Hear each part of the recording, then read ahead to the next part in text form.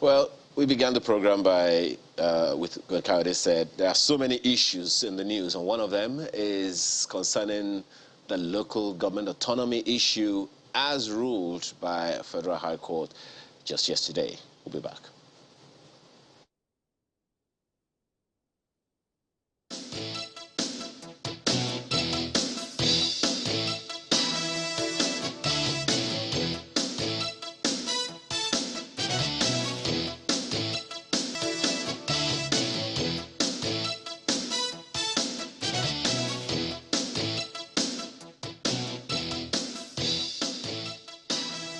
It is always an interesting conversation, but more importantly, controversial, a big debate. In fact, it had to go all the way to the Federal High Court just to get some sort of decision on this. Don't forget that guideline was issued by NFIU as far back as 2019. 2022, we're still trying to find a way out of this local government autonomy or what have you. And this morning, we're going to be telling you the implications of yesterday's judgment. And to do that with us, as you've seen, we have three gentlemen. Joining us here in our Lagos studio is Mr. Matthias Meribe, who is a constitutional lawyer, as well as in our Abuja studio, Dr. Adiya Ode, who is a convener, Democracy Vanguard. That's the woman, so two gentlemen and a woman. Just saved by the bell right there. I see she's smiling. And of course, joining us virtually is Comrade Ali Olatunji, who is the National President, National Union of Local Government Employees, NOLGE. Gentlemen and lady, thank you for joining us this morning. I'd like to begin with Comrade Olatunji, just to help us understand what this means. A lot of people may have forgotten the 2019 guideline, what it stipulates, and now what this judgment does to that guideline. So help us understand the background, especially with this latest judgment. Thank you very much. Congratulations to Nigerians, because this is a major issue.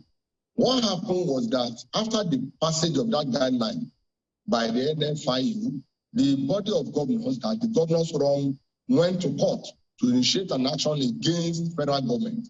That guideline that says that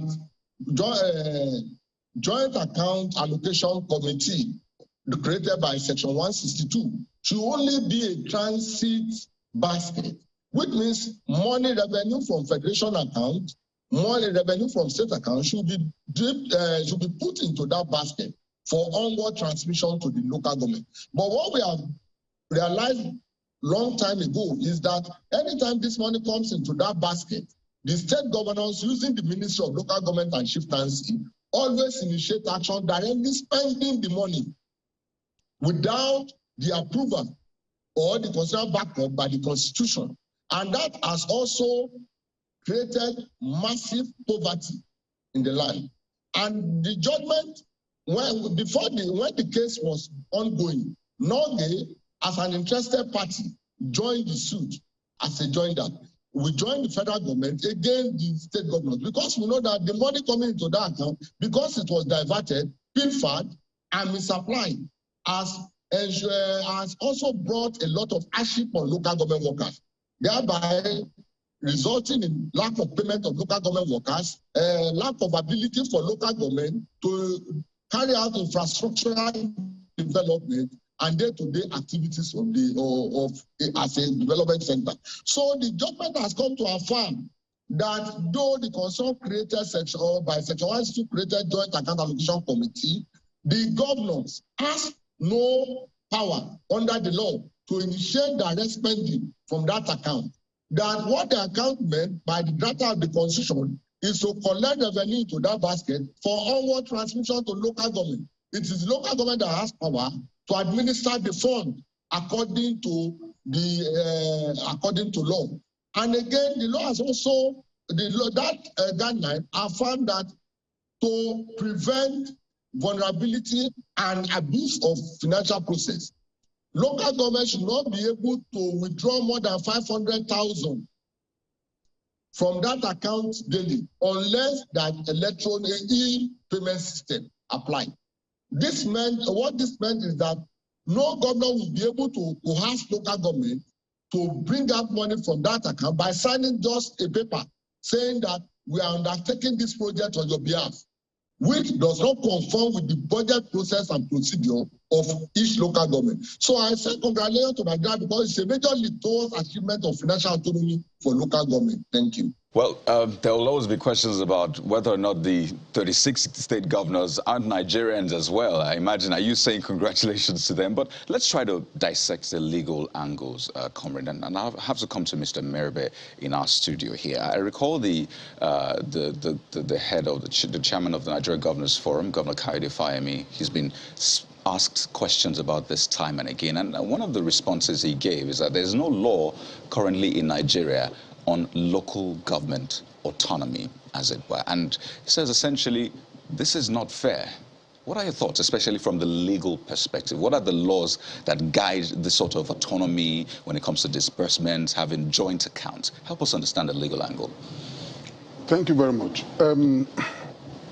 I'll start by saying that under the Constitution,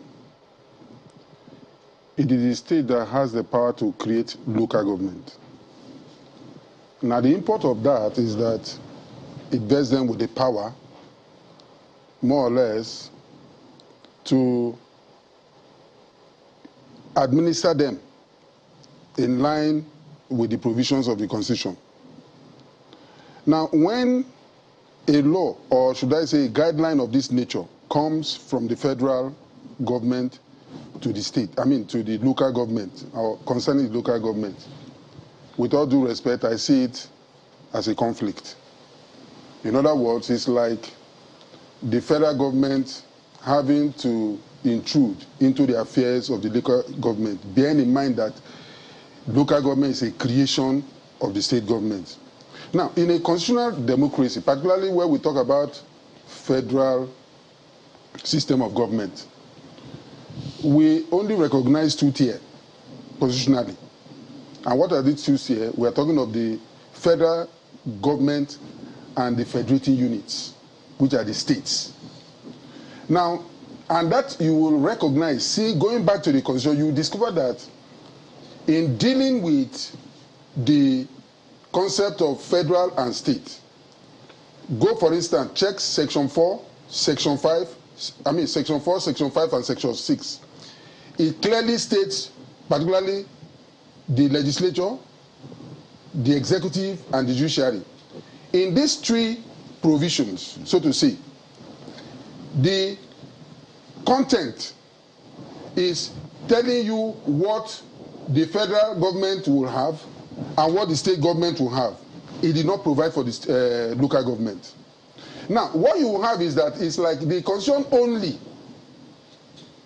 by way of contemplation, okay, let us have something that will create an administrative convenience for purposes of the state so that to come down to the grassroots. But that is not to say that it has by itself or fully recognized or created local government as a third tier, because it does not have all of this machinery which I just mentioned that you have in the state. Just like, for instance, in the local government, you have like entities like Attorney General. In the state, you have it. Just to be clear, when you said that the local government is a creation of the state, yes, when it comes to creating local governments, yeah, it is not the states that create local governments. No, it's the states. By the Constitution, the states are empowered to create local government. It's just that the federal government, by way of the National Assembly, can only give recognition to say, but the creation, understand the language, creation. I'm not talking creation yes, without recognition or without backing. The recognition, listen, it's like, let me give you an example. It's like when the FCC chairman was appointed. The law requires that who appoints the FCC chairman is the president. But states cannot unilaterally who approves for him to become the chairman, it is what? The National Assembly. But that does not mean, that is why when they create it, they become people that will be enacting capacity. The same, that is why the same constitution. Using, I'm coming, sir. Using what happened in Lagos State when Tinubu created some local government councils, so to say. When the constitution, because remember, it was on that basis that Obasanjo withdrew funds from the local. But what was it that the Supreme Court said? You cannot do that. So they are only living in what? Inequity. Inequity, that is what we call in law an inequity. Inequity, it is a body that is recognized, that has been created, it is there. But in law, you require what? The blessing, the approval. So in other words, you are saying that the Constitution gives with one hand and holds back with another. That is why I said that is where you have the conflict. Okay, let's understand, very quickly. Dr. Ode, I mean, all of this conversation is going on, and then there's been a lot of agitation for this local government autonomy thing and all of that, which was perhaps one of the things that the NFIU guidelines attempted to do, which is to protect the independence or finances of the local governments. What for you are the implications of this judgment of the court in the light of the recommendations by the Constitutional Review Committee for local government autonomy financially and administratively? Thank you very much. Before I start, let me join Comrade Ambali to congratulate Nigerians on that judgment. The implications are far-reaching, and what it does is that it supports the agitations for local government autonomy. It underlines the fact that that agitation is valid, and it underlines the fact that administration of local governments needs some sanity. The NFIU issued those guidelines because it recognized vulnerabilities in the processes concerning the funds of local governments. And it's those vulnerabilities that we want to take away, that we are agitating to take away, and that the National Assembly has so well recommended in the bills that they passed and sent to the states. As long as those vulnerabilities exist, the people of Nigeria will not get their dues because the local governments will be held back by the governors. It's no surprise that the governors went to court.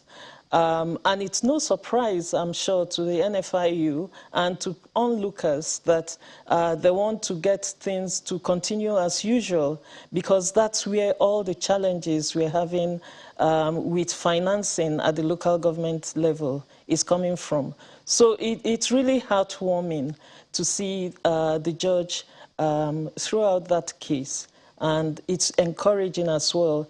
And my hope is that it sends a signal to the members of the Houses of Assembly that what they are being asked to do in passing the bills that have been sent to them that will grant local government autonomy is the right thing. So the learned gentleman pointed out some... Go ahead, please. Okay, sorry. Go ahead. Okay.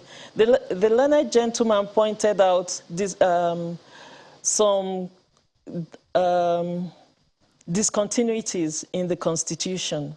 And hopefully, when those bills are passed, those blind spots, those loopholes will be taken away, and we can say confidently that the local government council, the local government executives, have full responsibility for the funding that is allocated to them. That they generate. Yeah, I'm always a little befuddled every time we talk about this local government thing, when we say there are only 2 tiers recognized by the Constitution because of the provisions that, Mr. Meribe has mentioned here. Because the Houses of Assembly have supervisory role over the local governments in the same Constitution. So I'm wondering why that is an issue. Why is it that the challenges of the local governments have remained as they are when there are specific functions for the local government to perform? Is that to say then that the Houses of Assembly have not really been performing their roles before we got to this stop where we are? The truth is that the guardrails that have been provided by the Constitution are not functional because the Constitution itself takes away those guardrails. So if we have the Houses of Assembly who have oversight function over the local governments, who controls the Houses of Assembly? The governors, the same governors who went to court over the NFIU guidelines. because the houses of assembly have hitherto had to go to the governors for their funding and everything else. The governor is the leader of the party in the state.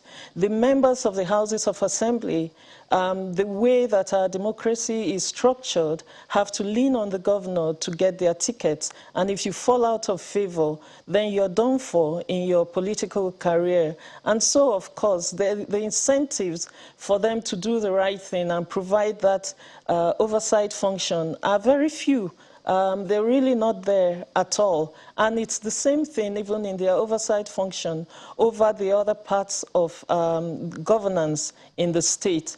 And so what we need to do, I mean, the Constitution is as it is, but we are not at the end of the development of our nation. And that's why the opportunities are there to amend the Constitution. And we should take advantage of those opportunities to evolve to a system that works best for us.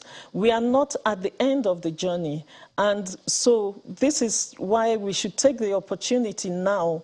We have all observed where the loopholes are. So this opportunity that's presented to tighten the Constitution and take away all the contradictions with regards to local government. If we pass the bills, then those contradictions will be taken away. The judgment has been passed by the court, but that is this administration. What happens in the next administration? What happens if they go to a higher court?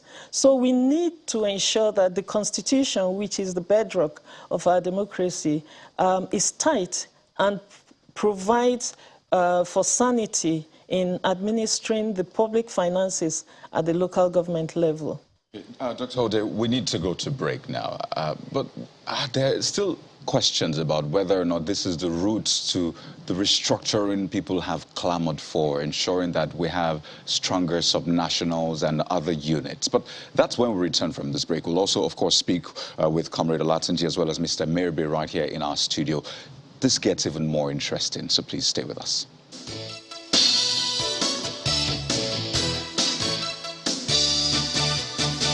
Welcome back. Let's continue this conversation with Comrade Olatunji of Nolge. And Comrade, I'd like to take this excerpt from Governor Kayode Fayemi's interview, which he had some time ago about this NFIU guideline. And this is what he had to say, that there is no law that has been passed in the country on local government autonomy. There have been several attempts, but it has never gotten 24 state houses of assembly out of the 36 in the country to make it happen. That is a process. Currently, Nigeria is a two-tier federation. It is not a three-tier federation. And he says talks about Nigeria being a three-tier federation is a distortion. So, again, I'll put the question I put to Mr. Merbe to you. In terms of the laws, the Constitution, where can we say, okay, this is where it talks about local government autonomy, and we're holding on to this as at least our leverage? Thank you very much. From section 7, 1, 2, 3. It clearly mentioned local government. That is number one. But put the administrative control of local government and control under the State House Assembly. That is number one. Number two, under section 162, talking about Joint Account Allocation Committee, local government was specifically mentioned. Number three, local government were listed in the Constitution as 774 units. That is why no state government can unilaterally create local government. I disagree with the learned counsel there. What he has said may not be entirely correct, because this has been the lame excuses by the Forum of Governments. Number four, under Schedule 4 of the Constitution, local government collectible revenues were clearly listed. So if a constitution as porous as any other constitution is mention local government in 4 specific sections, and you are saying it's not a tier of government, what is local government? You see, in a case between the federal government, the state governors, Forum of State Governors versus the federal government on issue of direct funding of security fund, the Supreme Court upheld that they cannot deduct money. It is illegal for that government for federal government to deduct money directly and put it into that consolidated security fund because it's not a federative unit. But there is never a Supreme Court judgment that says that local government cannot be directly funded. And when you look at the way Federation Account Allocation Committee appropriate money, it is clear each local government has a specific amount of fund attached to each local government, not to the state government. The scenario can be likened to this. My father has 2 wives. One by constitution, they are saying is legal wife. The other one, my father married that one according to traditional rights. And when my father died, he did a will in the family. He listed how to appropriate his, how to distribute his wealth. And he mentioned the other son had by that woman through a traditional wedding, and that he's entitled to this. And the first one, because his mother is the first legitimate wife, now says that son is a legal son. Can then what he's saying supersede what my father's will has said? That is clearly no. And look at what is the inducement. Why is the governor this desperate? It's because of the local government fund and the way the local government is run presently. Can we say it has positively impacted on Nigerians as a masses? The government is about the common good of Nigerian people. And again, laws are meant for people, not the vice versa. I've just returned from African Summit, whereby all municipal councils in the world, in Africa, came together. And we realized Nigeria is the worst off in terms of appropriating fund and usage of local government fund. And that is why there's massive insecurity in the country. There's massive poverty, there's joblessness. Pardon me, comrade. So I just need to bring this perspective in. The second leg of the question. Excuse me. The second leg of the question is that we have had various attempts before. It has been frustrated.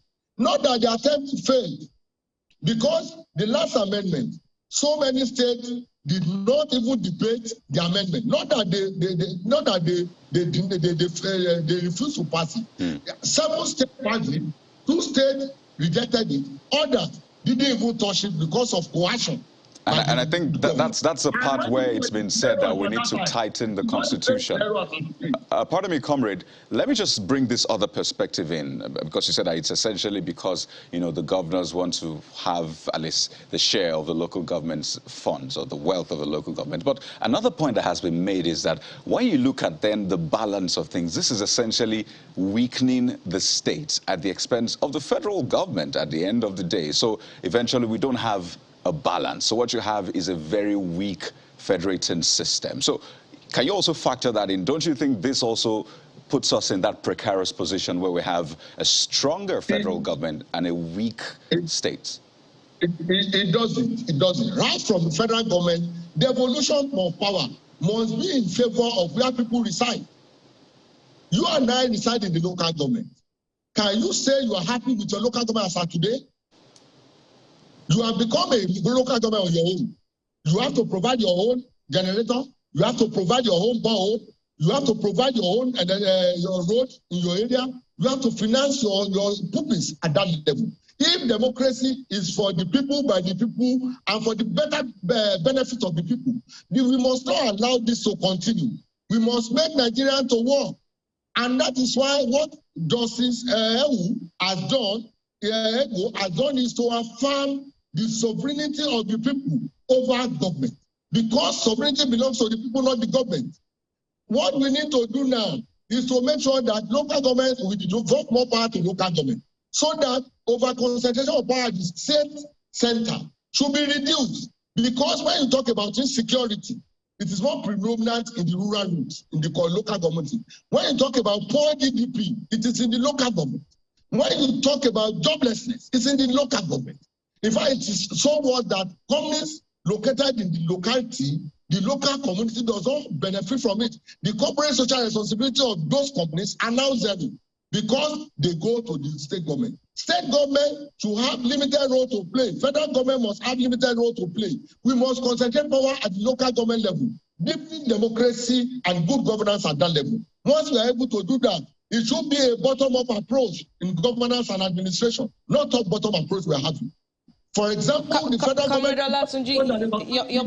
Your points have been rightly taken, particularly the one you made before this one, where you disagreed with Mr. Meribe, that indeed the Constitution guarantees the structure, the local government structure, which is why I want us to take a second look at the judgment of Justice Ekwo. Mr. Meribet, Justice Ekwo says he's unable to see how the NFIU guidelines contradict Section 7 of the Constitution.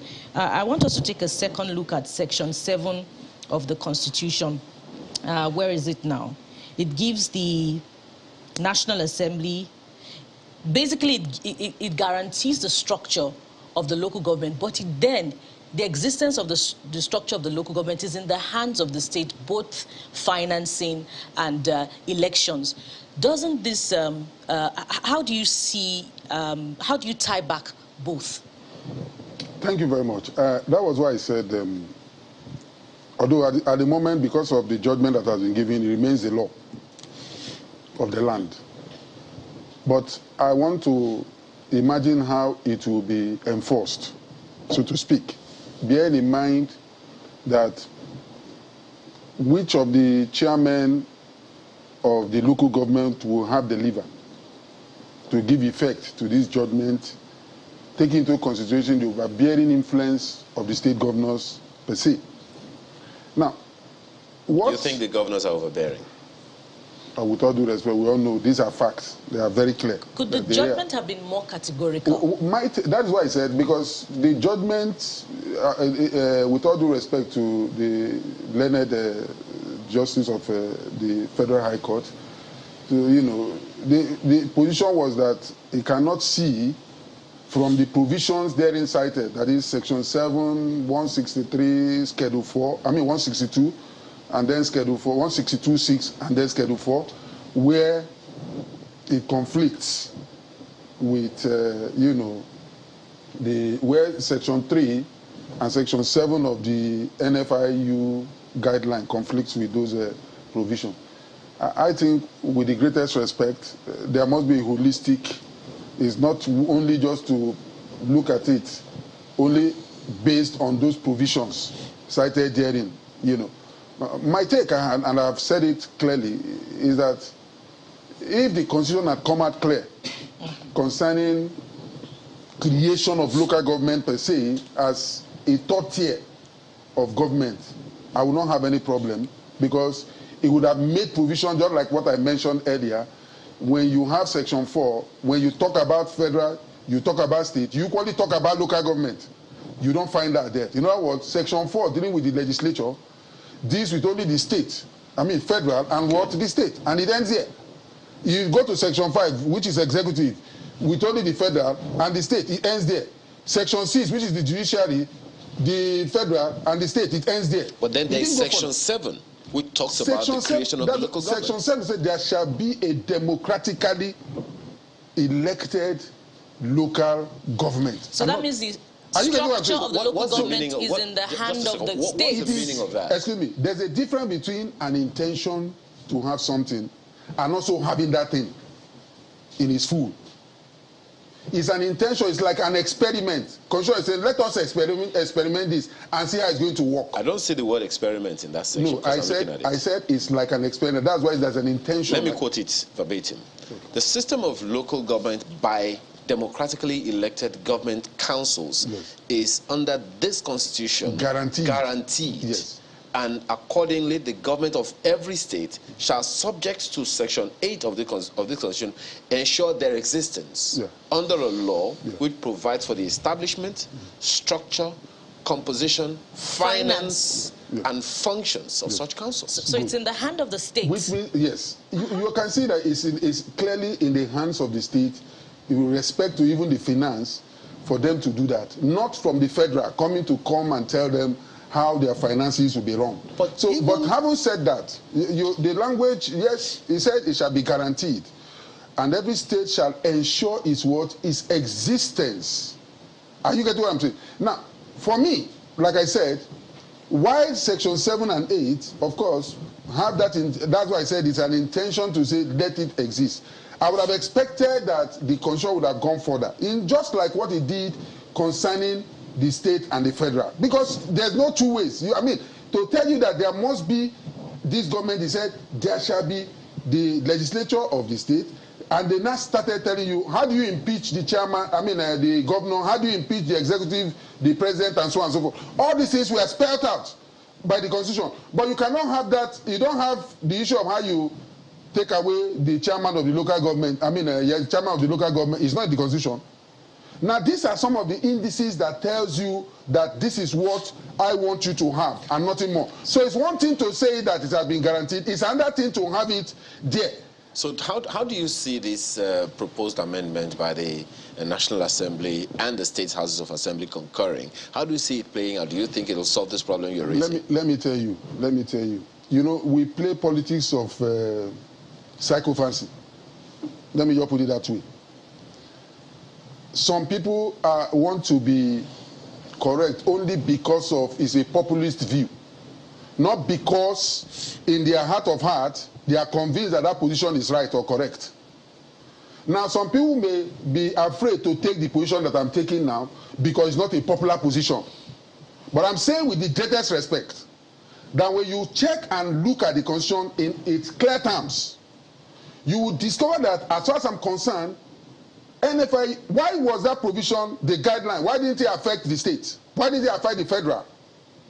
Why should it be to the local government? So you think NFI? Now, if you say that it's a tier of a federation, as it were, then why would the federal government be the one that will make laws that will guide it? Just to be clear, are you saying the NFIU didn't have the propriety to make that kind of guideline?